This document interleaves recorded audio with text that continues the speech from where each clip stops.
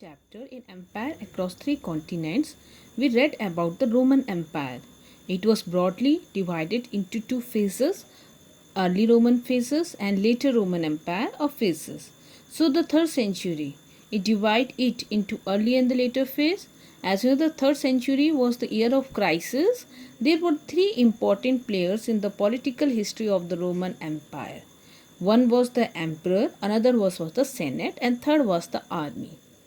So you know that Augustus was the first emperor who established monarchy in 27 BC. The known ruler were Tiberius, Trajan and Nero. If you talk about the early Roman Empire. So next to the emperor, okay, here comes the other key institutions of imperial rules was the Senate. Okay, Senate was the body which has controlled the Rome earlier in the days when it was republic. So the other key institution was the army after emperor and Senate. So we read that it was a paid professional army and the success of the individual emperor, it depended on the control of army. If they are not able to do so, so the result is in civil war. So the Roman Empire had two types of territories. One is the dependent, another one was provincial territories. So the Near East were the dependent territories. When we talk about the Near East, it means we are talking about the east of the Mediterranean, and later it was swallowed by the Roman provincial territory. It means it is merged into this provincial territory. So Roman Empire, okay, they were organized into province, and then you can see they were subject to taxation, and we saw the emergence of the new elite class who actively participate, okay, in what, in collecting the taxes from the countryside. From these provinces they were recruited for army and administration. The positions of the senators declined during this period. Third century was a period of crisis where they had conflict with Shapur, the Iranian rulers, and they had to face trouble from Germanic tribes, and then they abandoned the territory beyond the river Danube. So 25 emperor came and went on a span of 47 years. Then we saw that Roman Empire is known for its diversified culture. Okay, it reflected in any form and level, in religion, in languages, in dress, in the food, the form of social organization and the patterns of settlement. We saw the social structure of the Roman Empire, the relation between the men and the women, and you saw that the woman enjoyed considerable legal rights.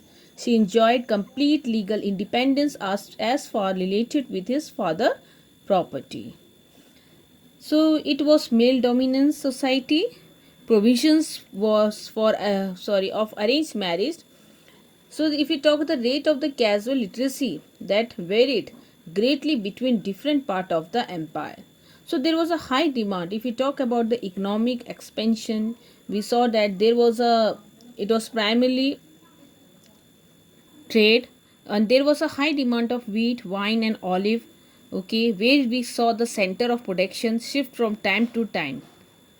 So you can see the expansion of the area. Earlier, the main exporter were the Spain, Gallic, North Africa and Egypt, some portion from Italy. And later, North Africa dominance was broken, and later you can see it was occupied by North Africa, and which dominance was broken by Aegean, Southern Asia, Syria and Palestine. So then we saw Roman less advanced provinces. Okay, one was the Numidia and another was the north of Spain. For the economic activities, they need a labor class.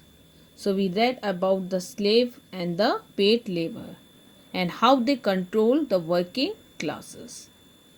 So students, we have covered all this topic, and now we will discuss some more facts related with this topic, controlling workers. We discuss about Columella, okay.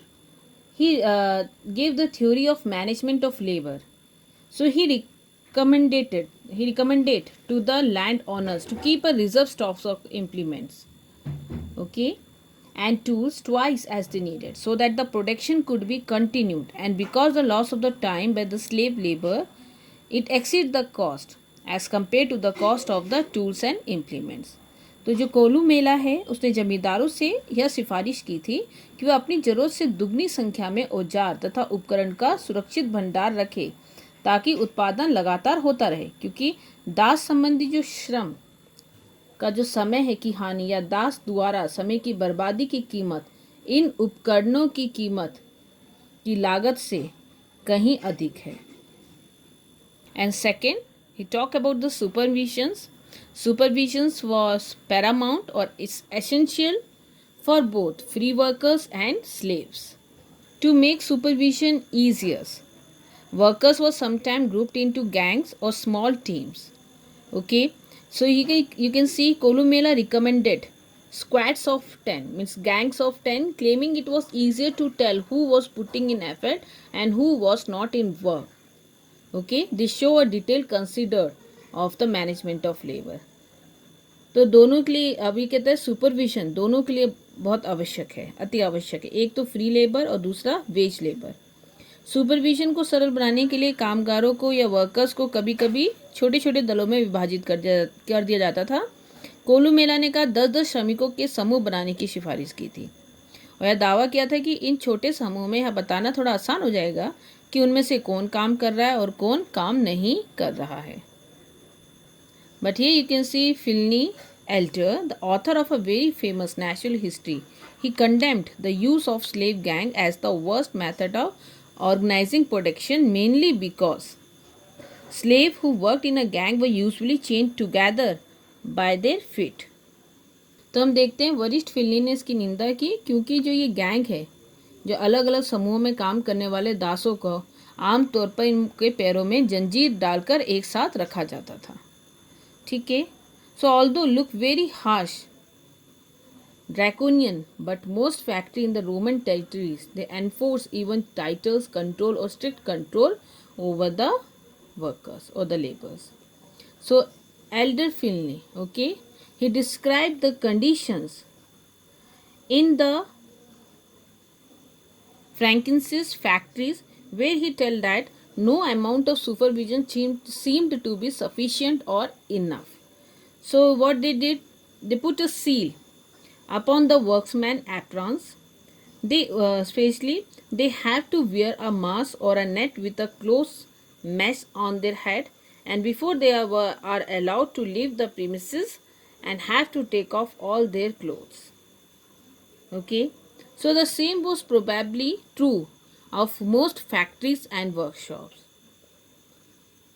So here you can see a law 398 referred to workers being branded or sealed, okay, so that they could be recognized if and when they run away or try to hide.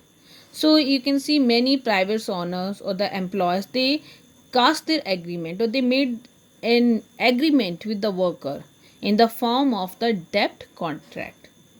ठीक है, कर्जे का अनुबंध, and to be claimed that their employers were in debt and thus ensure strict control over them. So in early 2nd century writer tell us thousands of workers they surrendered to serve as a slave. Many poor families accepted these debt contract in order to survive. So from one of the recent discoveries of Augustus, you can see later we learned that parents sometimes sold their children for slavery for a period of 25 years. So this Augustine asked a lawyer friend whether these children could be liberated or made free once the father died. So when we talk, the rural debtness was more widespread.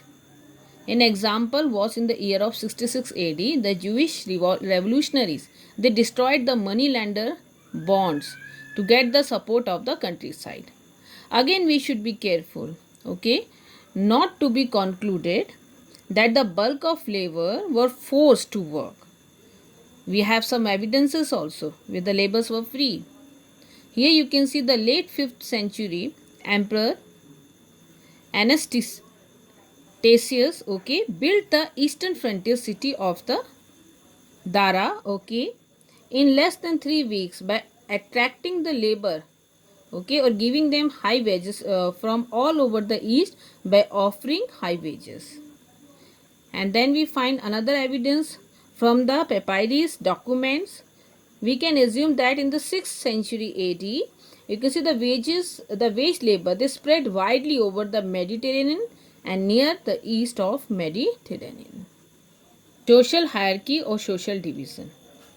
So Tacitus described the leading social group of early Roman Empire.